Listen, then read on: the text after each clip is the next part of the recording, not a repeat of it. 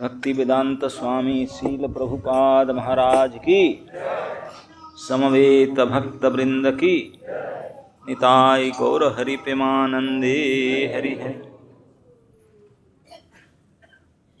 तो जैसे आपको सबको पता है कि ब्रज में ये प्राचीन परंपरा रहा कि आज के तिथि में राधा कुंड स्नान करना।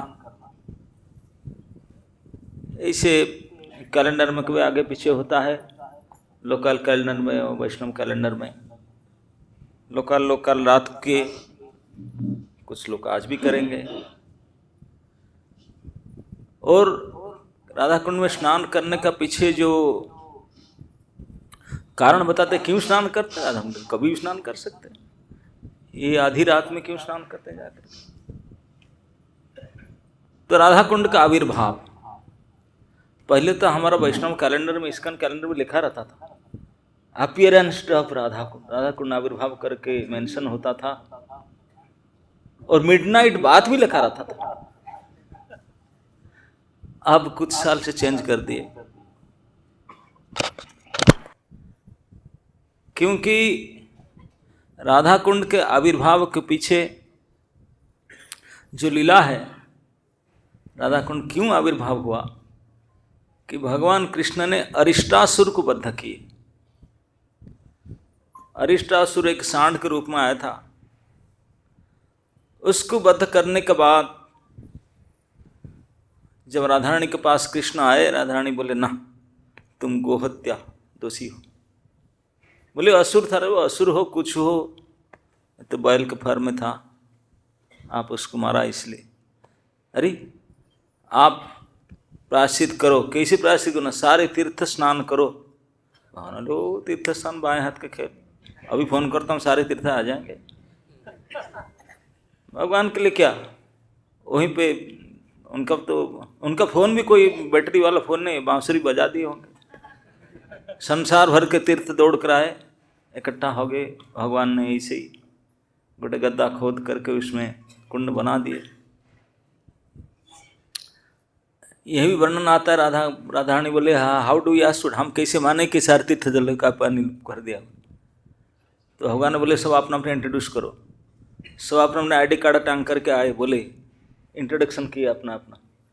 मैं गंगा हूँ, मैं गोदावरी हूँ, मैं जमुना जी हूँ, मैं ताप्ती हूँ, ये सब अपना अपना नाम इंट्रोडक्शन दिए।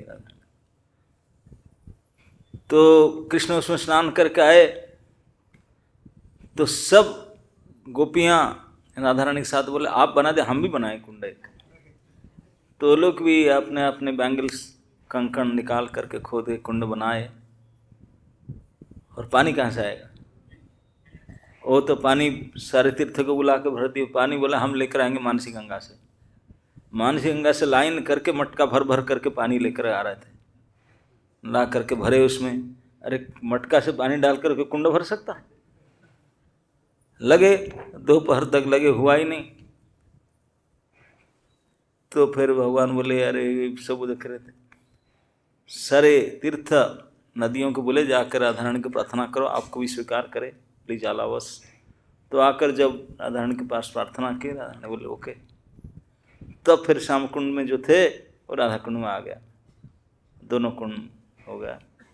तो इस प्रकार से अरिष्टासुर वध के साथ राधा कुंड के और श्याम कुंड के प्राकट्य की कथा जुड़ा हुआ है। और अरिष्टासुर ब्रज में आया था कैसी से पहले, क्योंकि कंस ने भेज रहा था सब। कंस का प्रेरित लास्ट असुर था कैसी, उसके बाद में कंस वध हो गया और भेज नहीं पाया। उनका लास्ट उनके द्वारा भेजा गया असुर था कैसी। और कैसी आया था मालूम है कि 3 दिन शिवरात्रि से पहले। शिवरात्रि जानते ना, जागर, ये गौर पूर्णिमा के कुछ दिन पहले होता है, बसंत ऋतु में, चैत्र में, फाल्गुन हाँ बसंत, फाल्गुन चैत्र में 17 दिन पहले। तो फाल्गुन महीना होगा वो, फाल्गुन पूर्णिमा में तो ये कैलेंडर के साथ कुछ नहीं बैठता हिसाब किताब देखने से। जब ये केसी आया था 3 दिन शिवरात्रि से पहले, और शिवरात्रि के दिन कंस के डिसअपीयरेंस डे, कंस बद्ध हुआ था। और उसके पहले केसी मरा था, उसके पहले अरिष्ट मरा था। अब जो बड़े बड़े रिसर्च स्कॉलर है उन लोग बोलते हैं कि चैत्र पूर्णिमा में हुआ था। हम लोग चैत्र पूर्णिमा बसंत सीजन है, उसमें उसके दिन अरिष्ट आया था। चैत्र पूर्णिमा में कैसे होगा? फाल्गुन पूर्णिमा में जब महाप्रभु आए उसके पहले शिवरात्रि हुआ था, उसके पहले कैसी आया था। कंस मर जाने के बाद थोड़ी ना आएगा अरिष्ट। अब बोलते हैं चैत्र पूर्णिमा, जो भी हो कैसी पहले आया था, उसके पहले। अब चैत्र पूर्णिमा करके फिर घोड़ाष्टमी की राधा कुंड आविर्भाव नहीं हुआ था। तब बोले अच्छा आविर्भाव जो राधा कुंड, तब फिर क्यों राधा कुंड आविर्भाव बोलते हैं? हो ना हो, श्री चैतन्य महाप्रभु जब आए उन्होंने लुप्त तीर्थोद्धार करने के लिए सारे गोस्वामी को तो बताए थे। सारे गोस्वामी गण नाना शास्त्र विचारणे का निपुणों सद्धर्म, सब शास्त्र विचार करके कहाँ कहाँ तीर्थ था ढूंढ ढूंढ के निकाले।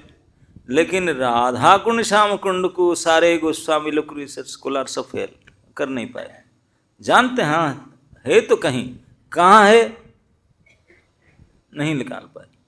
उनको आविर्भाव करने के लिए तो प्रकट कराने के लिए भगवान को स्वयं आना ही पड़ा, श्री चैतन्य महाप्रभु को आना ही पड़ा। लेकिन श्री चैतन्य महाप्रभु निकले थे शरद काल में। शरद काल मतलब पिछली बार में निकले थे दशहरा के दिन। भगवान की इच्छा, ऐसे साउथ इंडिया जब गए थे मैं चतुर्महीना में चलूंगा नहीं, कहीं एक जगह में रुकूंगा। और यहाँ तो दशहरा के तो चतुर्महीना के अंदर चल रहा है। पहले बार जो वृंदावन के लिए चले थे दशहरा के दिन चले थे। नेक्स्ट टाइम भी जब वृंदावन के लिए आए झाड़ीखंड होकर, वो भी उसी समय निकले थे। अब इस समय निकलेंगे तो कार्तिक महीना तो पूरा रास्ता में गया, 13 दिन तक एक जगह में रुक के इधर जो चल चल के पैदल में आए। तो ऐसे वर्णन आता है कि कार्तिक पूर्णिमा के दिन मथुरा पहुँचे। तो फिर बौड़ाष्टमी के दिन आविर्भाव कैसे करेंगे? जब कार्तिक पूरा हो गया था, कार्तिक के बाद उन्होंने वृंदावन पहुँचे कार्तिक पूर्णिमा को, तो राधा कुंड का आविर्भाव भी कैसे करेंगे? डिस्कवर भी नहीं, वो भी नहीं है। तो क्या कुछ प्रमाण नहीं मिलता राधा कुंड के साथ क्यों जुड़ा हुआ है? तो कोई प्राचीन ग्रंथों में देख रहा था, उसमें प्राप्त होता है बहुलाष्टमी का नाम है अहोई अष्टमी, अहोई अष्टमी करके। और प्राचीन ग्रंथ में ये मिलता है कि राधा रानी को अहोई कहते थे, अनहोनी। अहोई मतलब ऐसा कभी कोई हो ही नहीं सकता, जो ऐसा हो ही नहीं सकता, ऐसे देवी जिनको अहोई देवी कहा जाता है, अनहोनी देवी। तो उसके अनुसार कार्तिक कृष्ण अष्टमी ये राधा रानी की आविर्भाव तिथि है, अहोई अष्टमी। अब आप राधा कुंड जाएंगे, राधा कुंड में जो एंट्री करने से पहले एक गांव आता है, इसका जो मुख्य मंदिर है अहोई देवी का मंदिर आज भी है, अहोई मंदिर करके। अब हो सके किसी कल्प में श्री राधिका यहाँ प्रकट हुई होगी, आज भी अहोई देवी। और लोग उनको अहोई देवी करके पूछते हैं, ये नहीं जानते अहोई देवी कौन है। और विशेष करके हरियाणा साइड में जो इस इलाका में आसपास में, उनका तो एक प्राचीन पारंपरिक व्रत है लोक कथा में कि अहोई अष्टमी के दिन व्रत रखेंगे अपने संतान के कल्याण के लिए। इसलिए हम वृंदावन नहीं आएंगे, व्रत रखेंगे अपने बच्चा बच्ची के लिए। अब रखते हैं कि नहीं? नहीं रखते? रखते हैं। मुझे काल में देख रहा था, मुझे किसी मैसेज आया एक माता जी का, उनका बेटा ब्रह्मचारी है।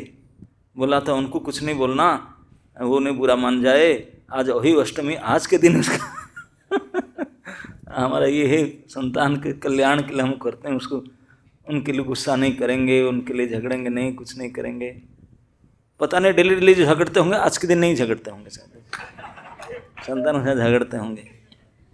तो मतलब संतान के कल्याण के लिए, बेटा बेटियों के कल्याण के लिए एक व्रत रखते हैं। क्या व्रत रखते होंगे? हाफ डे फास्टिंग करते होंगे शायद। व्रत मीन्स यही होता है, व्रत माने उपवास कुछ घंटे के लिए, फिर खाएंगे, बदला लेंगे उसका, तो ही करते होंगे।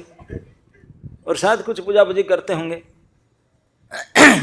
आप जो राधा कुंड में गए होंगे, हम लोग को कई साल रात को 12 बजे के स्नान किए थे पहले, यही लोक कथा में। लोग यहाँ स्नान करके अपने कपड़ा वहीं फेंकते हैं, जिस कपड़े में स्नान के देखे कि नहीं आपने? आज तो कई ट्रक लोड कपड़ा आज निकाले होंगे म्यूनसिपैलिटी वाले राधा कुंड में ट्रक लोड कपड़ा, और जो पेठा होता ना, और सफेद पेठा होता। भाई क्यों? वो बलि चढ़ाएंगे कपड़े में। बोले संतान जिसका नहीं होता उस कपड़ा से स्नान कर कपड़ा यहाँ फेंकने से संतान प्राप्ति हो। और लोक कथा है, क्या करें। इसी प्राचीन लोक कथा के कारण और संतान के कल्याण क्या करे, यहाँ नहा करके राधा कुंड इतने पवित्र स्थान है। ब्रह्मांड के स्पिरिचुअल साइंस बोलते हैं ब्रह्मांड के सर्वश्रेष्ठ पवित्र स्थान आध्यात्मिक श्री राधा कुंड है, और उसमें नहा करके अपने कपड़ा वहाँ फेंकना, पता नहीं लोगों का क्या। कभी कभी विचार आता है राधा कुंड इतने उच्च कोटि के, इतने पवित्रतम स्थान है, उसको कितने सैंक्टिटी मेंटेन करना चाहिए।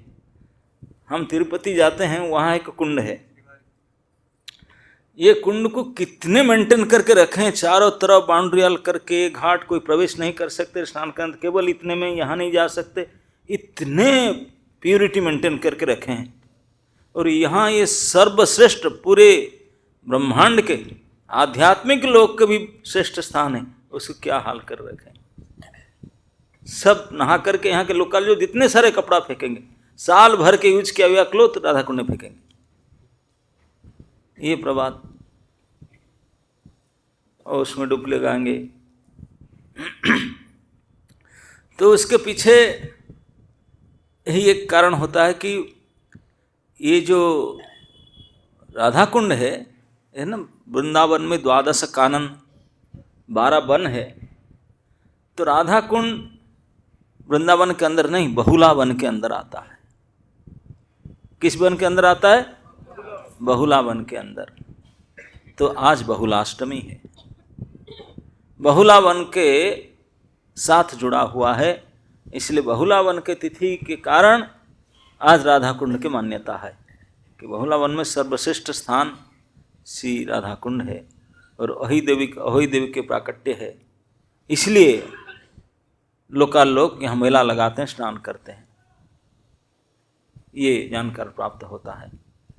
बहुला वन जो ब्रजमंडल परिक्रमा करते हैं उनको पता है, ब्रजमंडल परिक्रमाकारी भक्त, ब्रज में 12 वन होता है, इस वन को परिक्रमा तो नहीं करते हैं, परिक्रमा केवल ही पंचकोशी करते हैं इस वृंदावन को, बाकी सब टच करते हैं, सब भी नहीं, कुछ कुछ को टच करते हैं।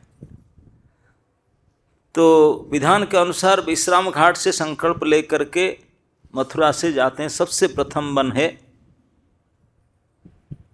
मधुबन।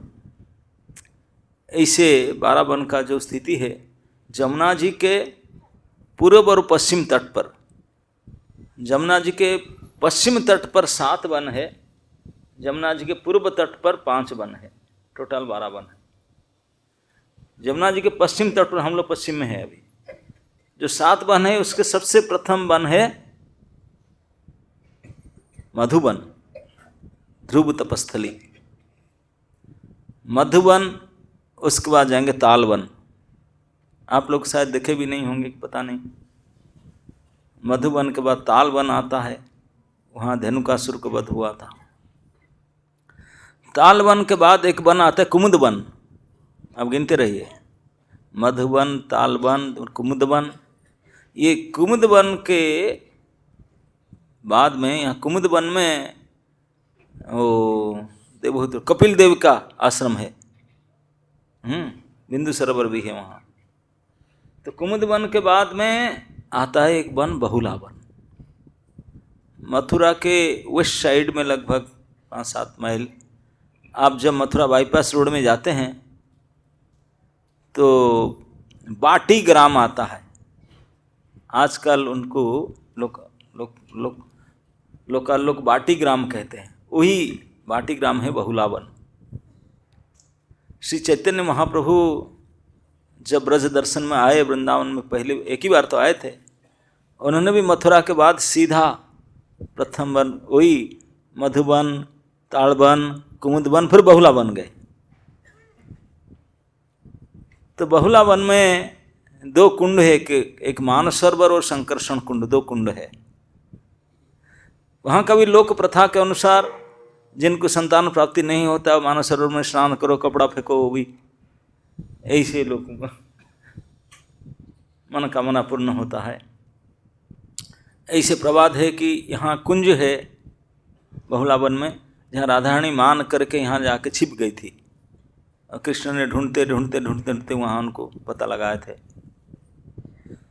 तो वहाँ एक कुंड के तट में बहुलावन का एक प्राचीन दर्शनीय स्थान, एक ही तो मंदिर है पूरे बहुलावन में, एक ही मंदिर है वन में, वो बड़े प्राचीन मंदिर है।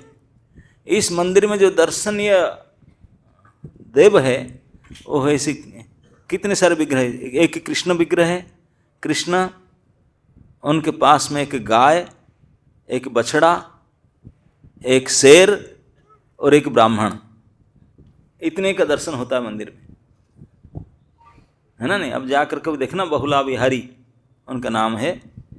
बहुला बिहारी जी के मंदिर में बहुला बिहारी भगवान कृष्ण खड़े हैं, उनके पास में एक गाय और बछड़ा, उसके पास एक बाघ शेर खड़ा है और एक ब्राह्मण, इतने के दर्शन होता है, उनको पूजा करते हैं। उनका पीछे ये कथा है इस प्रकार कि बहुलावन में इस कुंड में, मानसरोवर कुंड में, जिस तट पर बहुलावन का मुख्य कुंड जो मुख्य मंदिर है, एक समय में इस वन में एक ब्राह्मण रहा करते थे।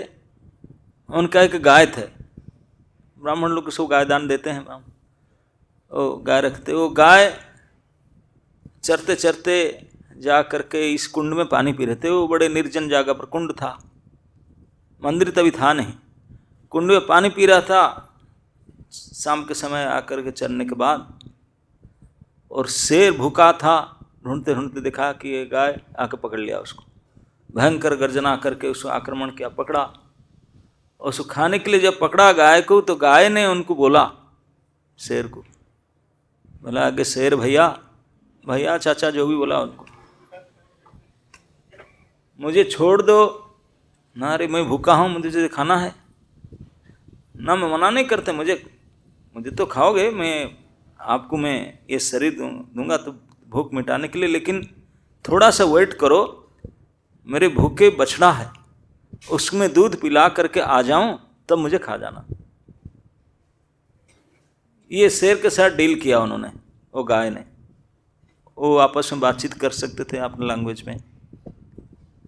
तो शेर ने बोला, ऐसा कैसे हो सकता है, तू जाएगा फिर क्या आएगा, आपके जो मालिक होगे वो छोड़ेगा नहीं, और आप मैं भूखा बैठ जाऊंगा, तुम मेरे साथ ऐसे कैसे करते, मैं कैसे छोड़ दूँ, जो सामने आया है खाद्य तो उसको मुझे खा लेना चाहिए।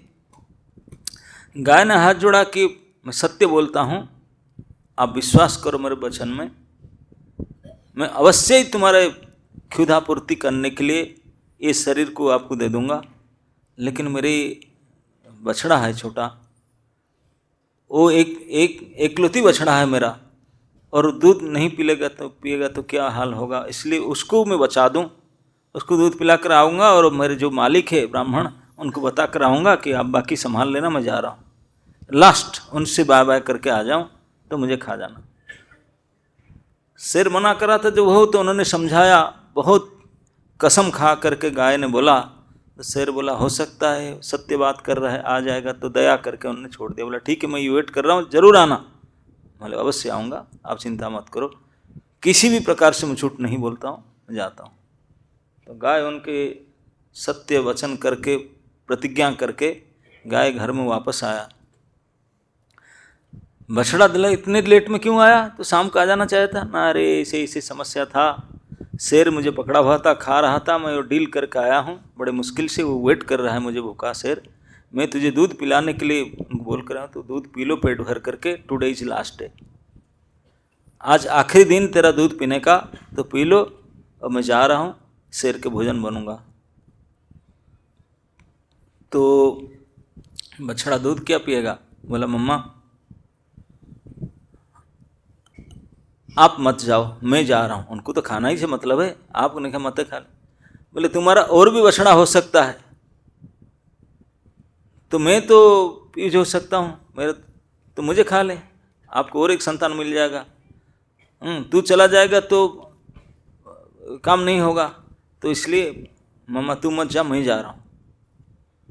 वो माता और उनके पुत्र का मतलब गाय और उनके बछड़ा का आपस में बातचीत चलने लगा। बोलता मैं जाऊँगा, बोलता मैं जाऊँगा।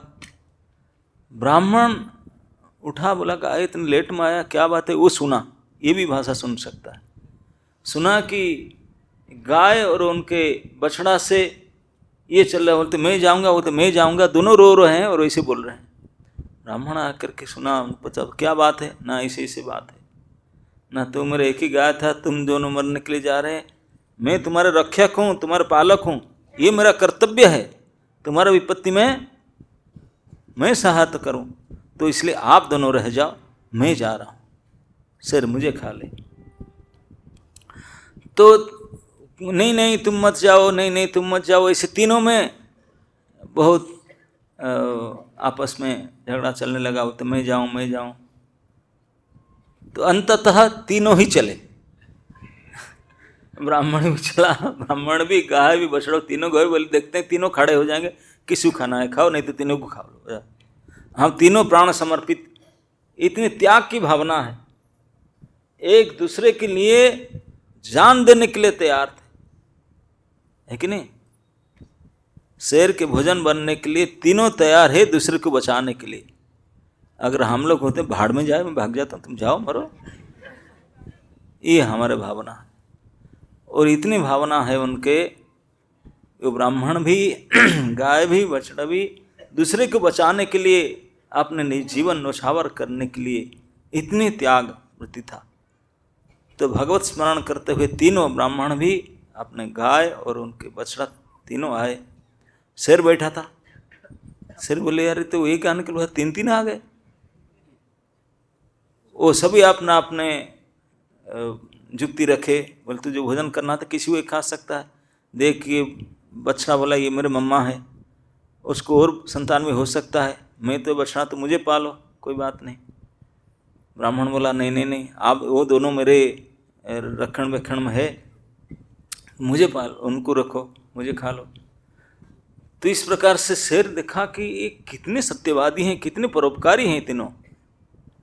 ये तीनों मरने के लिए, मैं तो विश्वास नहीं किया था सच में आएगा गाय, मैं देख रहा था, लेकिन वो सच में आया और साथ में दो लेकर आया, और वो भी उनके लिए मरना चाहते हैं। वो आश्चर्य होकर से बातचीत कर रहा था।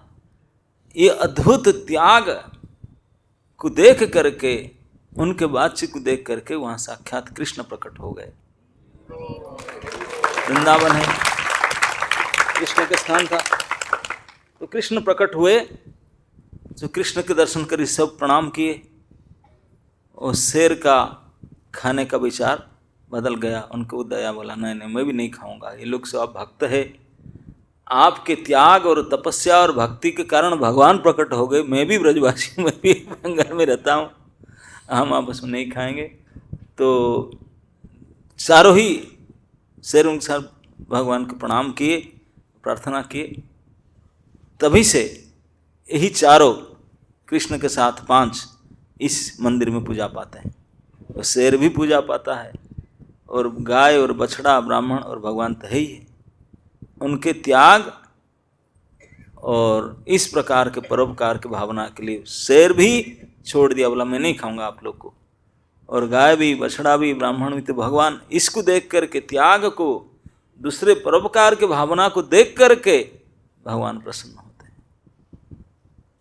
भगवान जब वृंदावन में कृष्ण बलराम के साथ घूमते थे, उन्होंने एक बार बोले भी अपने साथियों को, बोले मनुष्य जीवन का लक्ष्य केवल इतना ही है, केवल इतना ही जीवन का लक्ष्य है क्या?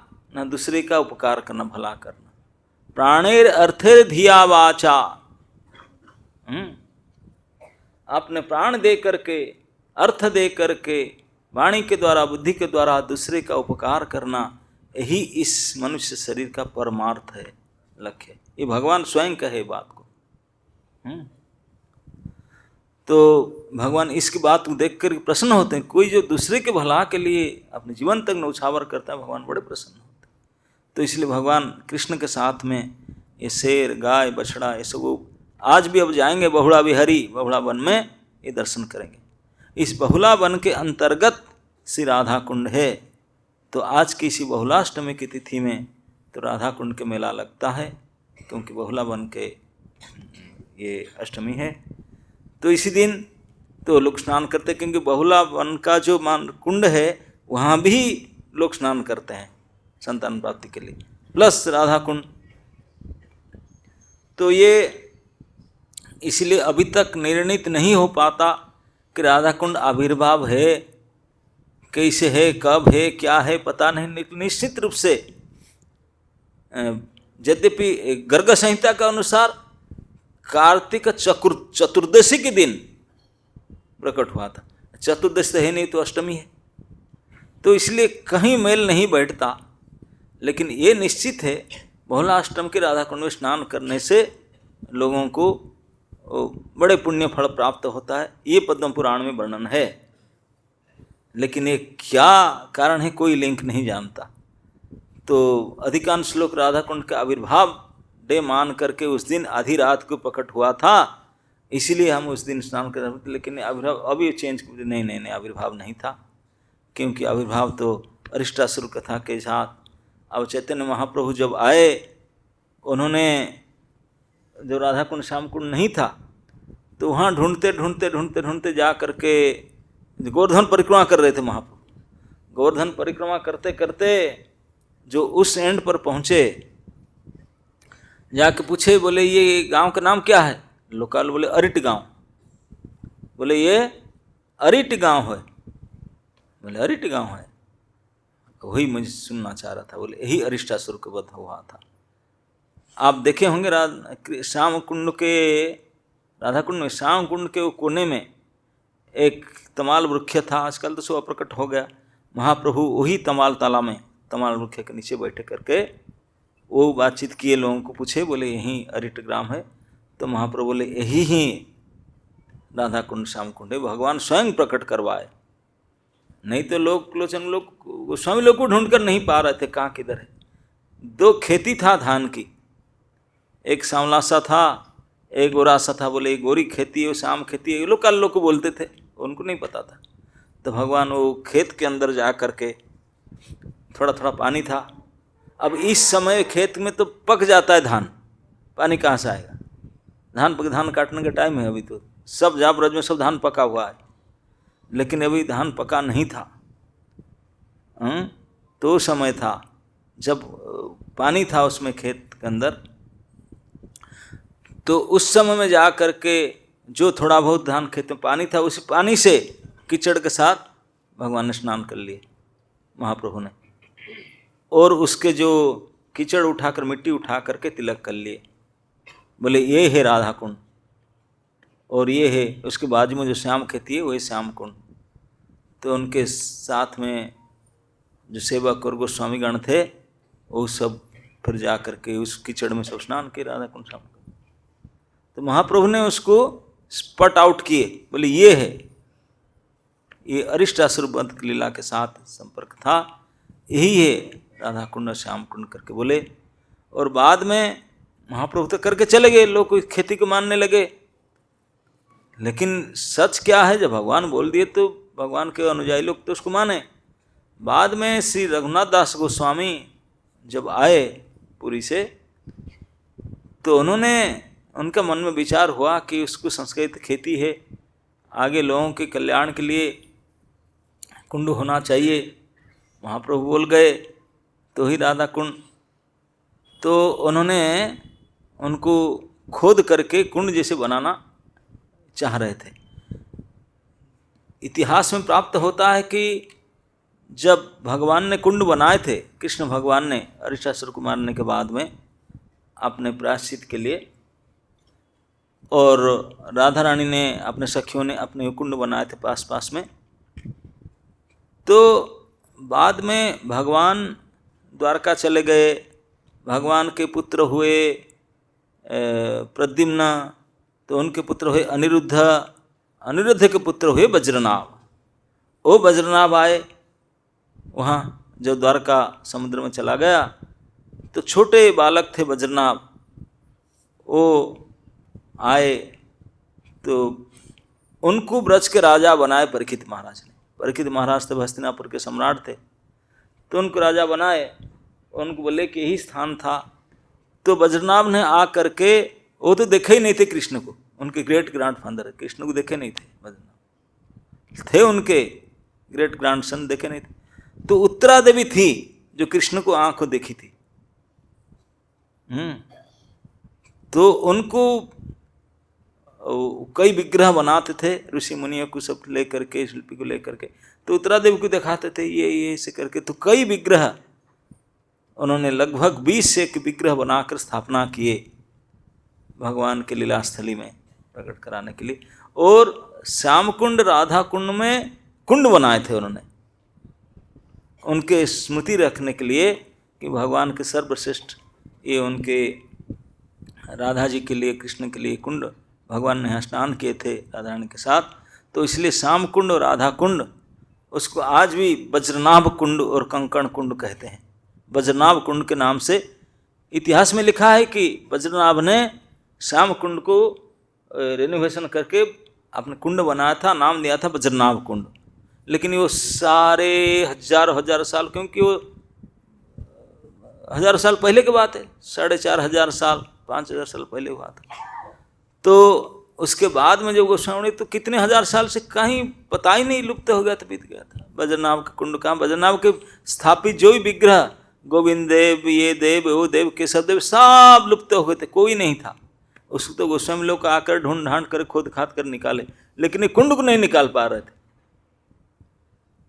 तो जब महाप्रभु ने खेती को बोल करके गए, बोले this is Radha Kund, this is Shyam Kund, तो उसके कई वर्षों के बाद में सीतास गोस्वामी, रघुनाथ दास गोस्वामी, उनने मन में विचार किए कि भगवान चैतन्य महाप्रभु तो स्पॉट आउट कर गए, लेकिन उसको कुंड के रूप देना चाहिए, लोग उसका फायदा उठाए।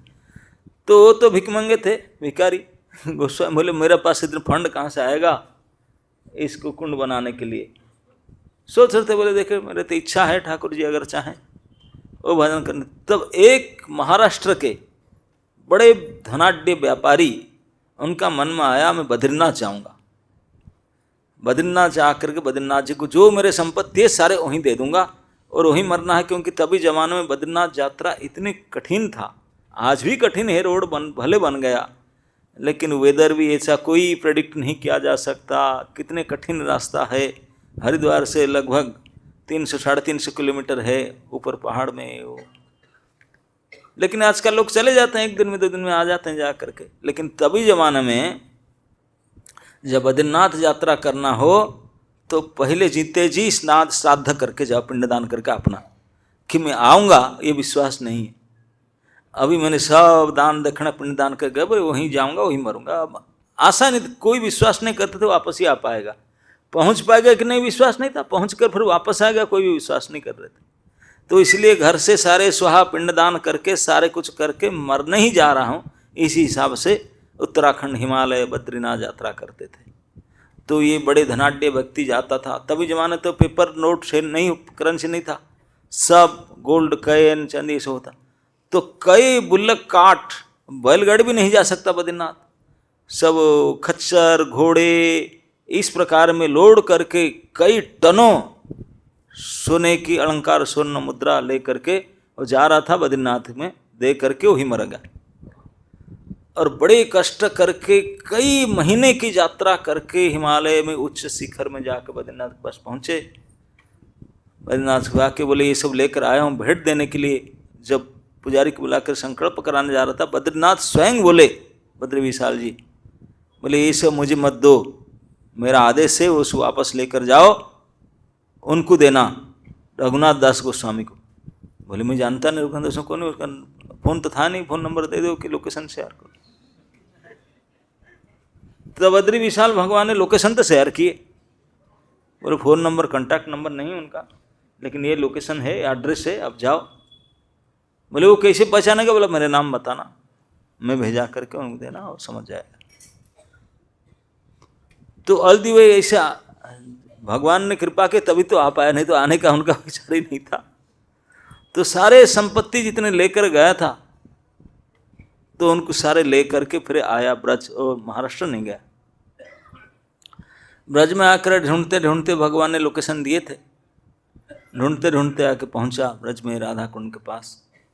तब तो कुंड जैसा था नहीं, ऐसे ही खेती था, गांव के बैठ करके दास गोस्वामी भजन कर रहे थे। तो उनको पता बोले वही बाबा जी है, इसी रघुनाथ दास गोस्वामी कहते। तो आकर बोला कि सारे संपत्ति, बोले अरे मैं क्या करूं, मैं तो दास गोस्वामी तो इतने बैरागी थे, खाते भी नहीं थे, एक डोने छाछ पी कर भजन करते थे। तो जब बताया कि ये मेरा नहीं, मैं तो बद्रीनाथ में दे करके मैं पूर्ण करना चाहता था, लेकिन उन्होंने पर्टिकुलरली भेजे, आपके नाम बता करके आपके लोकेशन शेयर किए मेरे साथ, मैं लेकर आया। तब बोले बद्रीनाथ भगवान भेजे ना? तो गोस्वामी ने सोचे भगवान क्यों मेरे पास भेजे याद? बोले यस, मैं मन में विचार किया था किसी चैतन्य महाप्रभु ने जिसको स्पॉट आउट किए उसके कुंड को बनाने के लिए, तो भगवान ने इसलिए व्यवस्था की, चैतन्य महाप्रभु की इच्छा को मैं पूर्ण करना चाहता था, इसलिए भगवान ने, महाप्रभु तो नहीं रहे और वही बद्रीनाथ है, उन्होंने भेज दिए। तो फिर उन्होंने बोले कि बहुत बहुत धन्यवाद, मेरे विचार में था एक कुंड को पुनरुद्धार संस्कार करने के लिए, रिनोवेशन करने के लिए। तो उन्होंने फिर, वो तो बाबा जी वो तो इसको काम नहीं देखेंगे, बोले कंट्रैक्टर बुलाओ, इंजीनियर गाइड बुलाओ। उन्होंने आइडिया बताया कि इसे ये दोनों स्थान है, ये दोनों कुंड बनाना चाहता हूँ, इतने सुंदर कुंड होना चाहिए। तो फिर कुंड खनन कार्य शुरू हुआ। वो व्यापारी ने ये दायित्व लिए और उन्होंने लोग बुलाकर, धन था उनके पास, संपत्ति लगा करके कुंड खनन किए। राधा कुंड को तो बना दिए बिल्कुल चौकोर, बिल्कुल अच्छा दिखता है, बिल्कुल रेक्टेंगुलर, लेकिन श्याम कुंड का टेढ़ी मेढ़ी है। जब श्याम कुंड के खुदाई कर रहे थे तो बज्रनाभ कुंड मिला। खोदने के बाद कई दिन के बाद बिल्कुल लाल पत्थर में बना हुआ कुंड, बहुत गहरे नीचे पर था, मिट्टी के कई फुट नीचे खोदने के बाद वो प्राप्त हुआ। तब प्रमाण हुआ कि सही में श्याम कुंड था, जब बज्रनाभ कुंड प्राप्त हुआ। राधा कुंड खोदे तो कंकण कुंड प्राप्त हुआ। ये दोनों कुंड भगवान के समय में जो बना हुआ था पत्थर में, वो दोनों कुंड प्राप्त हुआ। आप लोग शायद देखे नहीं होंगे, मैं देखते देखते 3 बार क्लीन हो चुका है राधा कुंड श्याम कुंड। क्लीन मतलब जो पंखोद्धार करते हैं, सारे कीचड़ निकाल करके साफ करके फिर करते हैं। तो हम देखें जाके बज्रनाभ कुंड और कंकण कुंड जब कोई पंखोद्धार करते हैं, जिस साल होता है, मेरा ख्याल में कौन सा साल में हुआ था मुझे याद नहीं, पिछले 7-8 साल पहले हुआ था। हमारे सब मंदिर के ब्रह्मचारी लोग भी गए थे, बस छोड़ के जाकर एक दिन पंखोद्धार किए थे, बकेट फकेट ले करके सब। तो उस समय दर्शन होता है कंकण कुंड के, बज्रनाभ कुंड के भी बहुत नीचे हैं। तो तभी प्रमाण हुआ कि सचमुच वही था। और जब उन्होंने खुदाई कर रहे थे, उसको भी रेक्टेंगुलर करना चाहते थे, श्याम कुंड को भी, वहाँ 5 पेड़ था। वो लोग स्वप्न में आकर के दास गोस्वामी बोले हम पंचु पांडव है, हम इधर खड़े हैं भजन कर रहे हैं, हमको मत काटो, आप अपना हिसाब से मैप चेंज करो। तो इसलिए टेढ़ा मढ़ा किया गया, 5 पेड़ को बचाया गया और धीरे धीरे 5 पेड़ अप्रकट हो गए।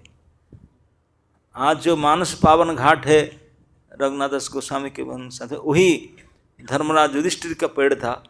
वो शायद उसका शेष हम तो देखे तो पेड़ था, अभी कुछ साल वो भी अप्रकट हो गए हैं।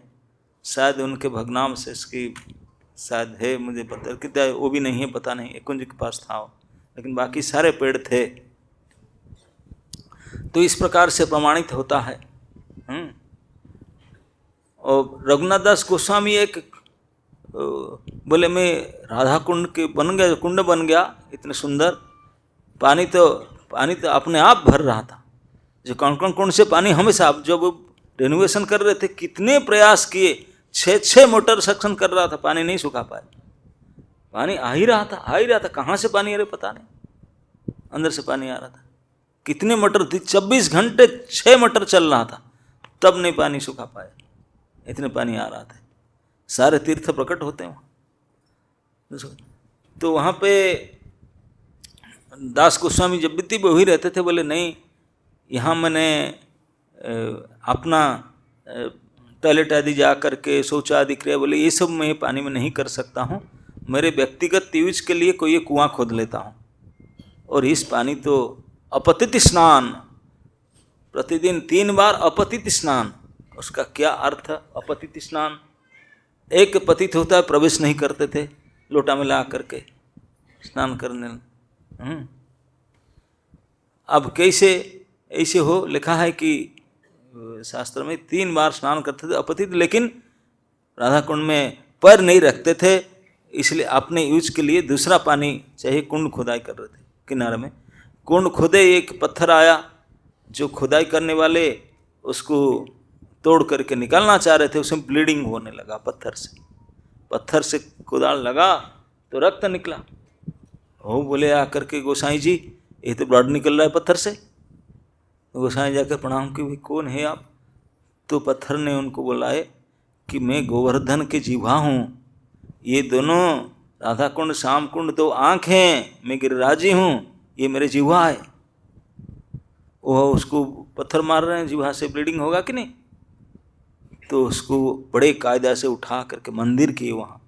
आज भी आप जाएंगे देखेंगे जिह्वा मंदिर लिखा है बोर्ड। आप लोग जो देखे नहीं ढंग से जाएंगे तो देखेंगे राधा कुंड श्याम कुंड के बीच में वो गोविंद मंदिर के किनारे में जाएंगे तो वहाँ है जिह्वा मंदिर। तो ऐसे ये सब स्थान है।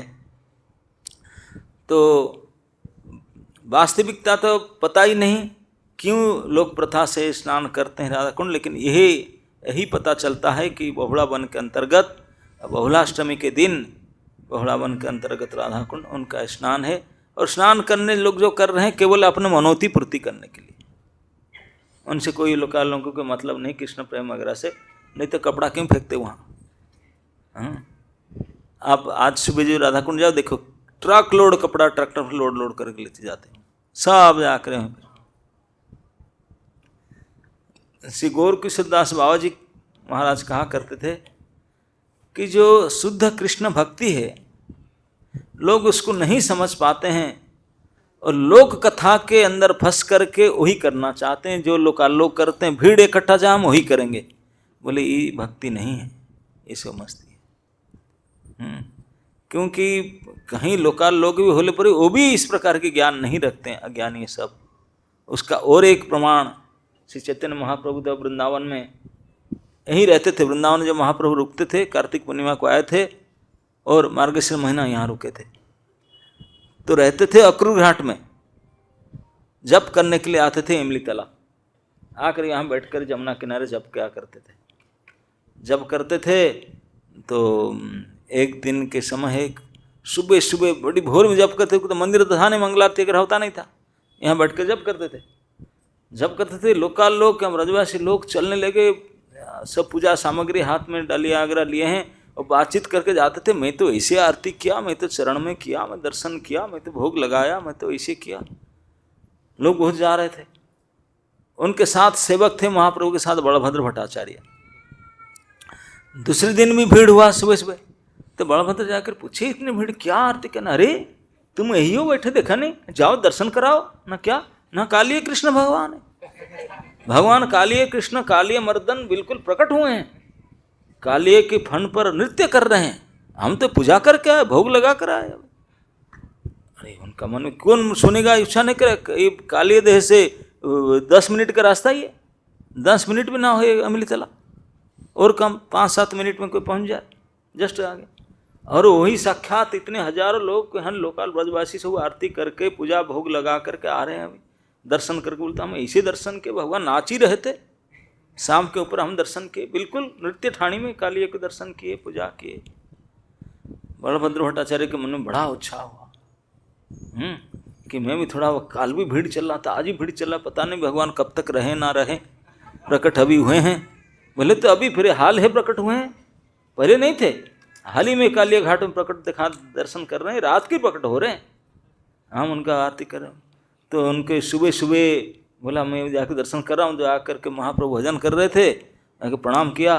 बोले प्रभु थोड़ा सा मैं गया और आया, दौड़ के जाऊँगा 5 मिनट तक आ जाऊँ। तो दर्शन करके काली कृष्ण भगवान काली मर्दन कालिया नाग नृत्य कर रहे हैं, हजारों लोग उनको पूजा अर्चना करके जा रहे हैं। थोड़ा मैं गया और आया तो भजन कर रहे हैं, एक माला आपको पूरा होता तो मैं आ जाऊँ। महाप्रभु हाँ कि ना नहीं बोले, एक थप्पड़ मारे उनको। बेचारा हाथ देख रहा बैठा, ये क्या किया, मुझे मारे बता है कि नहीं जाओ कि दर्शन करने के लिए, कुछ बोले नहीं, एक चाटा मारे मुझे, चुप बैठा।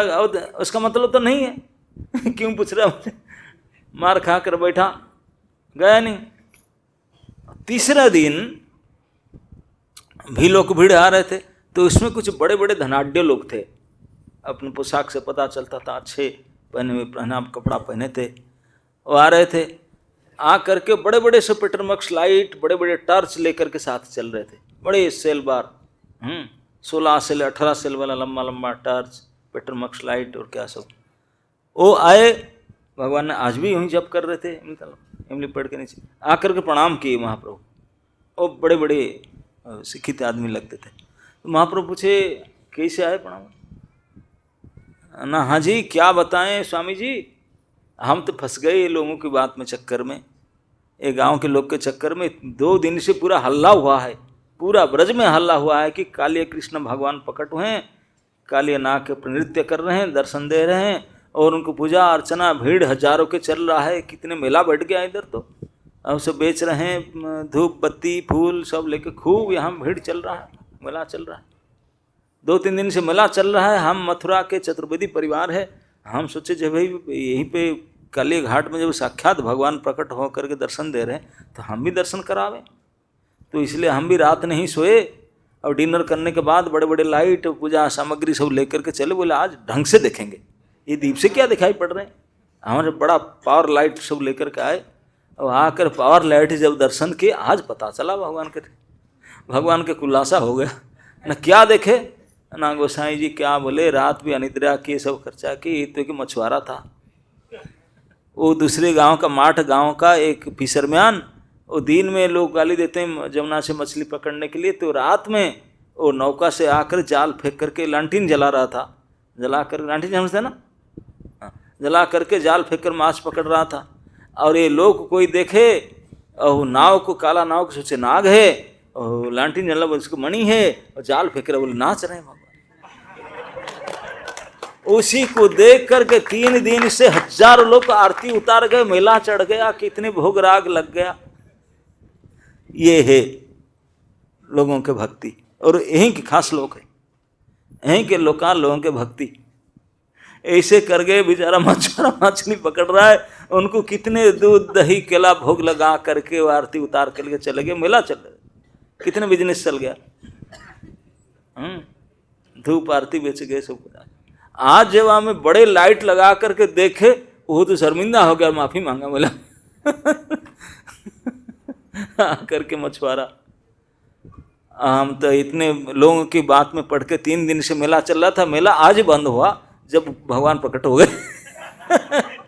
भगवान का खुलासा हुआ तो आज सब दुकान बंद हुआ, नहीं तो खूब चल रहा था, धूमबत्ती और सब केला फैला बेच रही, तो आज पता। लेकिन आपको देख करके लग रहा है हमारा आना व्यर्थ नहीं हुआ, रात सारा हम आकर बैठे थे इधर, लेकिन लगता है आप ही भगवान हो, इसलिए हम आपको प्रणाम करते हैं। आपके रूप रम भाग लगता है कि भगवान आप ही हो। हम आना सफल हुआ। जो मथुरा स्वामी इतनी देर से आए थे, उनको प्रणाम करके गए, तो ये बात बलभद्र उनके पास बैठकर सुन रहे थे।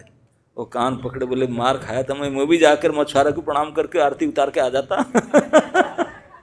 यही होता है, लोगों का मत को देख करके, लोक मत के ऊपर भरोसा करके अगर आप करते हैं तो इसी धोखा में जाएंगे। भक्ति से, लोकमत से भक्ति नहीं है। भक्ति बिल्कुल प्रामाणिक संत महात्माओं के आधार पर चलना चाहिए, प्रामाणिक शास्त्र। इसलिए साधु, शास्त्र और गुरु, उन्हीं से मिलाकर प्रमाण के साथ भक्ति को परख परख कर देखना चाहिए।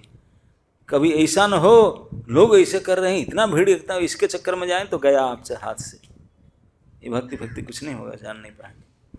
तो इस प्रकार से भीड़ इकट्ठा होते। कई हम जब आए थे पहले सालों से पहले हरी राधा कुंड सामने बैठ करके यहाँ महिमा आरती कितने क्या क्या करे, और कुछ साल के बाद पता चले राधा कुंड का आविर्भाव तो चैत्र में हुआ था।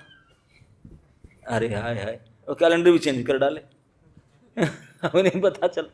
तब पता चला ना क्या राधा कुंड, नहीं वो तो महाप्रभु ने आकर आविर्भाव हुए। तो पता चला महाप्रभु तो कार्तिक पूर्णिमा के आए थे, वो कार्तिक आधा भी दिन नहीं हुआ, 15 दिन अब कैसे होगा, तब ये भी नहीं, तब क्या कुछ नहीं।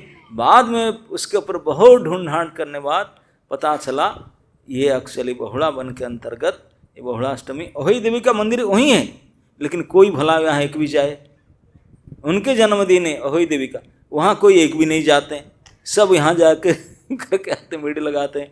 बताओ, जिनका जन्मदिन वहाँ नहीं जाते हैं कोई, जिनके वजह से ये सब हुआ है। तो ये है लोगों का धारणाएं। तो लेकिन ये निश्चित है कि श्री राधा कुंड भगवान के अति प्रिय स्थली है। उनके वहीं अष्ट सखियों के कुंज है, भगवान के सबसे श्रेष्ठ राधा कृष्ण के जुगल के मिलन स्थल वही राधा कुंड तीर कुंज कुटीरे, ये स्थान है। ये सब प्रामाणिक संतगण बात एकत्रित हुए हैं। लेकिन जिसमें लिखा गया कि राधा कुंड में स्नान करने से राधा सम प्रेम कृष्ण करे दान, राधा रानी का कृष्ण के प्रति जैसा प्रेम है ऐसे प्रेम मिल जाएगा। भाई हम कितने बार स्नान की सम किया, अरे 100 भाग से भाग मिल जाए यार, कुछ भी नहीं। तो ये सब नहीं है इस लोक मत के आधार पर। लेकिन ये निश्चित बात है कि कृष्ण कुंड या श्याम कुंड और राधा कुंड ये हमारे आध्यात्मिक हायरार्की में सर्वश्रेष्ठ स्थान है, हमारे लिए पूजनीय स्थान है। श्री भगवान चैतन्य महाप्रभु जब बहुला वन में भ्रमण कर रहे थे, बहुला वन एक स्थान है जहाँ पर महाप्रभु को ब्रज के भाव दर्शन हुआ था। वहाँ गाय लोग आकर चाटने लगे, हिरण लोग आकर चाटने लगे, मयूर लोग आकर पंख फैला करके उनके आगे में चलने लगे बहुला वन में। यहाँ जब बहुला वन हो करके बहुला बिहारी दर्शन के महाप्रभु जा रहे थे कि बहुला वन से राधा कुंड जाना होता है, वही सबसे नज़दीक है। तो वहाँ से जाते रहे तो एक सूक और सारी, सूक जानते ना, तोता, सारी बोलते मैना, दोनों ही अनुकरण करके मनुष्य जैसे भाषा बोल सकते हैं।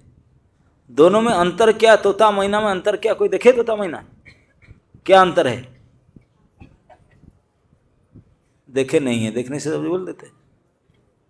तोता तो देखे होंगे, कैसे दिखने में? हरा, और मैना? हाँ, ये काला है और ये हरा है, लेकिन फिर समान क्या है उसमें? उनका चोंच, दोनों के चोंच लाल है। तोता हरा है, चोंच उसका लाल है, मैना भी काला है, उनका चोंच भी लाल है, लाल चोंच वाले दोनों। और दोनों ही मनुष्य को अनुकरण कर सकते हैं, बात कर सकते हैं। उनको पाठ घर में रखते हैं, पढ़ाते हैं, वो पढ़ लाते हैं, सुन के बोलते हैं, तो मनुष्य भाषा में बात कर सकते हैं अनुकरण करके। तो जब श्री चैतन्य महाप्रभु बहुला वन होकर के बहुला वन से राधा कुंड की ओर चल रहे थे, तो एक पेड़ में उनके सामने आकर के तोता मैना दोनों बैठ गए। बैठ करके आपस से बातचीत करने लगे। महाप्रभु देख रहे थे, उनके सामने बातचीत कर रहे थे। अब तोता ने बोलने लगा मेरे कृष्ण मदन मोहन है, मेरे कृष्ण मदन मोहन है। तो मैना ने बोला तेरे कृष्ण मदन मोहन है, मेरी राधा उनके बाएं भाग में है, जब तक उनके बाएं भाग में है तब तक मदन मोहन है, नहीं तो खाली मदन है, मदन मोहन नहीं हो सकते। मदन को मोहन करने का ताकत तो मेरे राधा जी ने दिया उनको, नहीं तो कहाँ से मोहेंगे? खुद राधा ने मोहित करके रखा उनको। तो फिर तोता ने बोला मेरे कृष्ण तो गिरिराज को धारण किया है।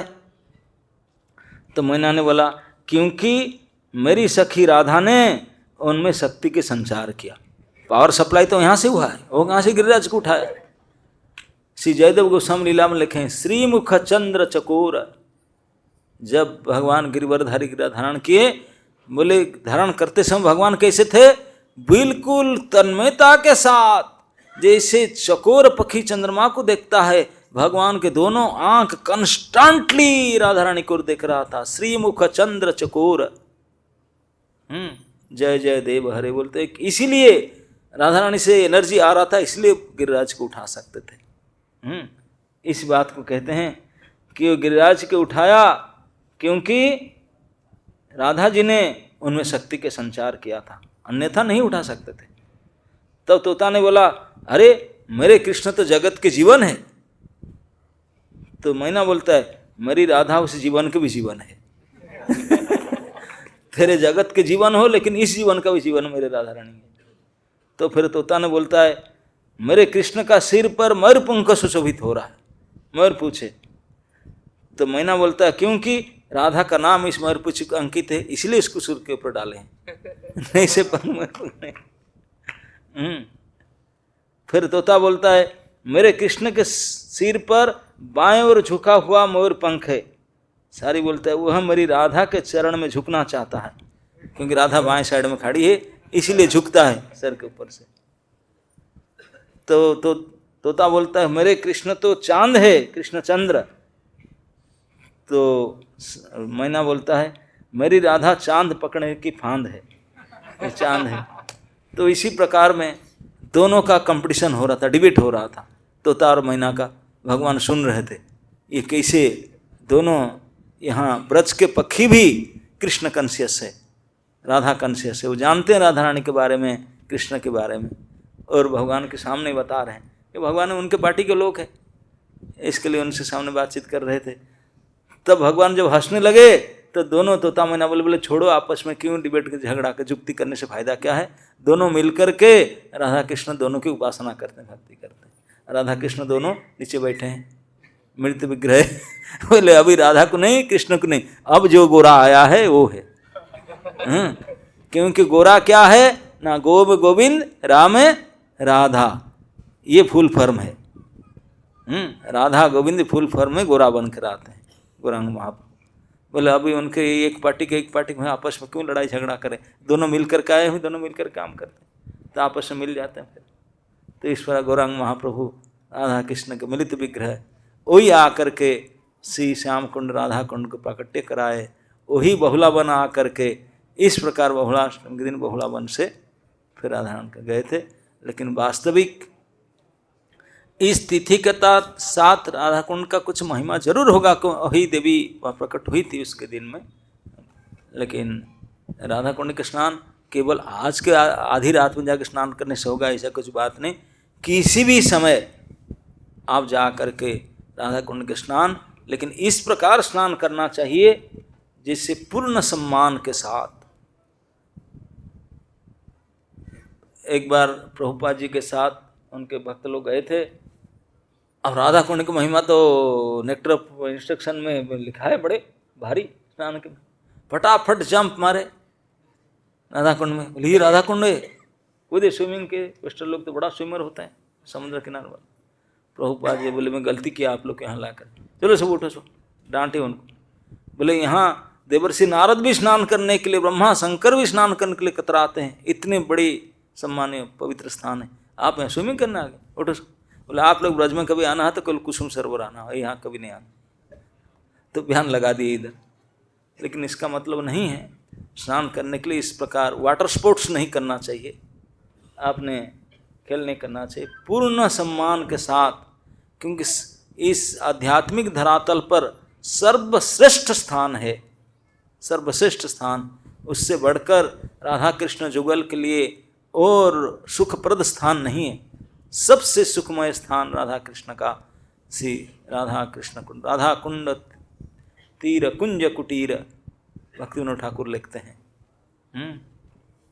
गोवर्धन पर्वत जमुना तीर, ये सब छोड़त, ये कैसे मैं इसको छोड़कर कहाँ जाऊँ, प्राण गवाऊँ। इस प्रकार के हमारा जो आचार्यों के भावना है, इन भावना को इस प्रकार से सुनते मानते जानते हुए सम्मान के साथ राधा रानी की साक्षात अभिन्न, उनके राधा रानी से अभिन्न कुंड है, कृष्ण से अभिन्न कृष्ण कुंड है।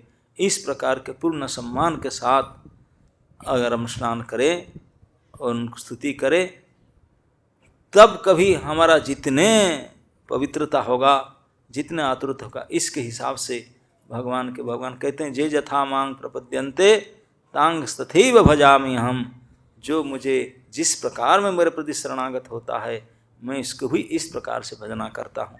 ये भगवान की प्रतिज्ञा है। तो इसी हिसाब से कोई करे उनको प्राप्त हो सके। नहीं तो आधी रात में जा करके, कल हमारे लोग को कुछ गए थे, जाके 11 बजे गए, जाकर पिला कर आए। उनको पूछो कि मिल गया कि नहीं राधा श्याम कृष्ण प्रेम घूमने हम भी कई बार करे, कुछ हुआ था नहीं। उन लोग की पूछो जो काल गए थे फिर रात में। ऐसे नहीं, हूबहू अर्थ लेकर के जैसे जमुना जी में काली कृष्ण भगवान का आरती उतार, ऐसे करेंगे बाद में हताश होंगे, ऐसे नहीं है। श्री राधा रानी उनके कुंड हमेशा अपने स्थिति में बनाए रखते हैं। हम भी अपना स्थिति बनाए रखते हैं। जय जय जय श्री राधे।